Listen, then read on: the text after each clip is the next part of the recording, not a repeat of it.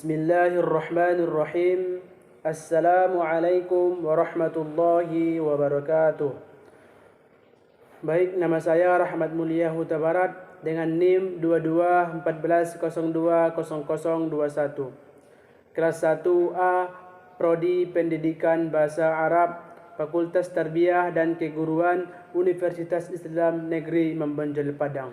Dengan mata kuliah Perkembangan Sejarah Peradaban Islam dengan dosen pengampu Bapak Dr. Firdaus Sultan Mamat M. Baiklah, langsung saja saya akan membahas tentang masa kehancuran dinasti Umayyah. Meskipun kejayaan dinasti Umayyah telah diraih, ternyata tidak bertahan lama dikarenakan kelemahan-kelemahan internalnya dan semakin kuatnya tekanan dari pihak luar. Menurut Dr. Badrul Yatim, ada beberapa faktor yang menyebabkan dinasti Umayyah lemah dan membawanya dalam kehancuran. Yakni yang pertama, sistem pergantian khalifah melalui garis keturunan yang tidak sesuai dengan tradisi Arab, yang lebih menentukan aspek senioritas, pengaturannya tidak jelas. Yang kedua, latar belakang terbentuknya dinasti Umayyah tidak dapat dipisahkan dari berbagai konflik politik yang terjadi di masa Khalifah Ali. Yang ketiga, pada masa kekuasaan Bani Umayyah, pertentangan etnis antar suku Arab dan Utara salah satu ada sejak sebelum Islam semakin runcing. Yang keempat, lemahnya pemerintahan Bani Umayyah disebabkan oleh sikap hidup mewah di lingkungan istana, sehingga anak-anak khalifah tidak sanggup memikul beban kenegaraan, makalah mereka mewarisi kekuasaan. Yang kelima, penyebab langsung runtuhnya kekuasaan dinasti Umayyah. Munculnya kekuasaan baru yang dipelopori oleh keturunan Al-Abbas bin Abbas Al-Muttalib. Yang kedua, Islam di Spanyol. Setelah berakhirnya periode klasik Islam, ketika Islam mulai memasuki masa kemunduran, Eropa bangkit dari keterbengkalakannya. Kebangkitan itu bukan saja terlihat dalam bidang politik dengan keberhasilan Eropa mengalahkan kerajaan-kerajaan Islam dan bagian dunia lainnya, tetapi terutama dalam bidang ilmu, pengetahuan, dan teknologi. Bahkan kemajuan dalam bidang ilmu dan teknologi itulah yang mendukung keberhasilan politiknya. Kemajuan Eropa ini tidak bisa dipisahkan dari pemerintahan Islam di Spanyol. Dari Islam Spanyol di Eropa banyak menimpa ilmu. Ada periode klasik ketika Islam mencapai masa keemasannya. Spanyol merupakan pusat peradaban Islam yang sangat penting menyaingi Baghdad dan Timur. Ketika itu orang-orang Eropa Kristen banyak belajar di perguruan tinggi Islam di sana, menjadi guru bagi orang Eropa. Karena itu kehadiran Islam di Spanyol banyak menarik perhatian para sejarawan. Yang pertama, masuknya Islam di Spanyol.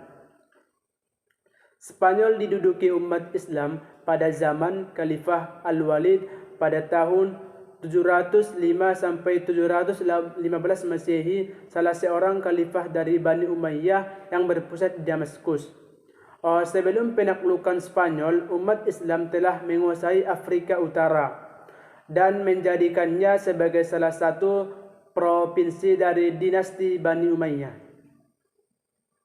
Penguasaan Afrika Utara tidak terjadi di masa Abdul Malik pada tahun 1608 Masehi. Dalam proses penaklukan Spanyol, terdapat 3 pahlawan Islam yang dapat dikatakan paling berjasa memimpin kesatuan pasukan ke sana.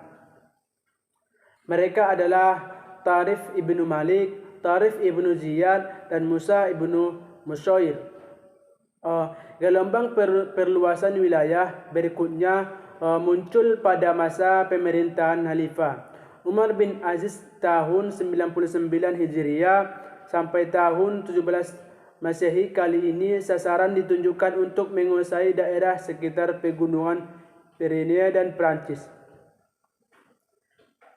Pemimpin pasukan dipercayakan kepada Al-Samah, tetapi usahanya gagal dan ia sendiri terbunuh pada tahun 2001 Hijriah. Selanjutnya, pemimpin pasukan diserahkan kepada Abdurrahman ibnu Abdullah Al-Ghafiqi dengan pasukannya. Ia menyerang kota Bardesu, Poitiers, dan dari sini ia mencoba menyerang kota Tours.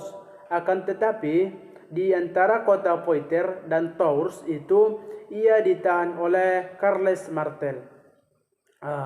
Sehingga penyerangan ke Prancis gagal dan tentara yang dipimpinnya mundur kembali ke Spanyol.